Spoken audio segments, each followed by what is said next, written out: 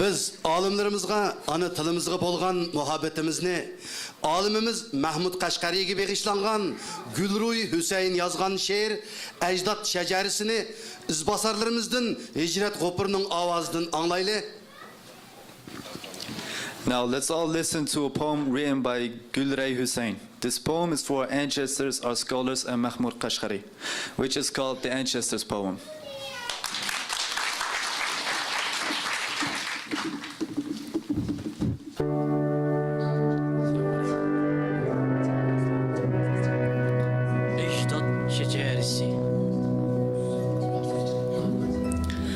Mahmud buvamni siz bilamsiz? Qada naqsh qo'shaq aytamsiz. Divani lug'at turkiy ochqanda shodliq ichida g'urur to'yamsiz.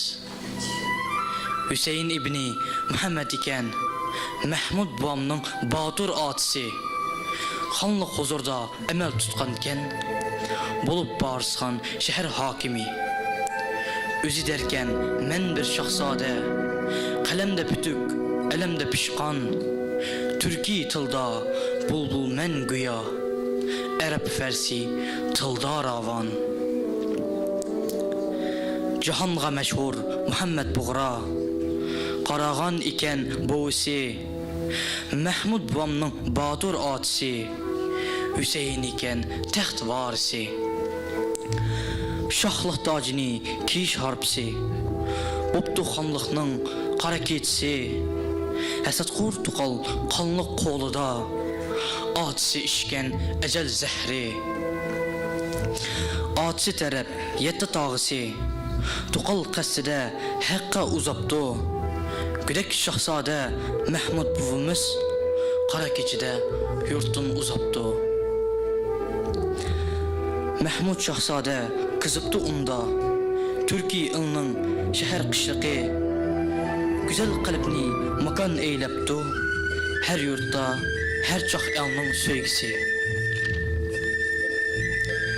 2 yil unda qattiq ishlabdi, büyük bir qamus divanni tuzabdi.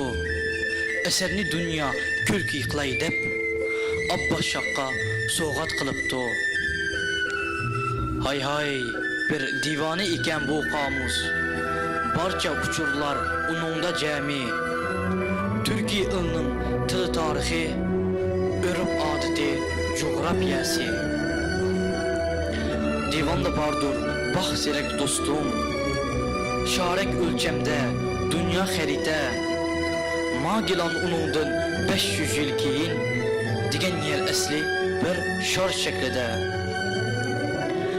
Mahmud buvimiz bütün ömrünü el yurt üçün sərib bitibdi. 97'dur ahirki işi, el kucakda hakkı uzaptı.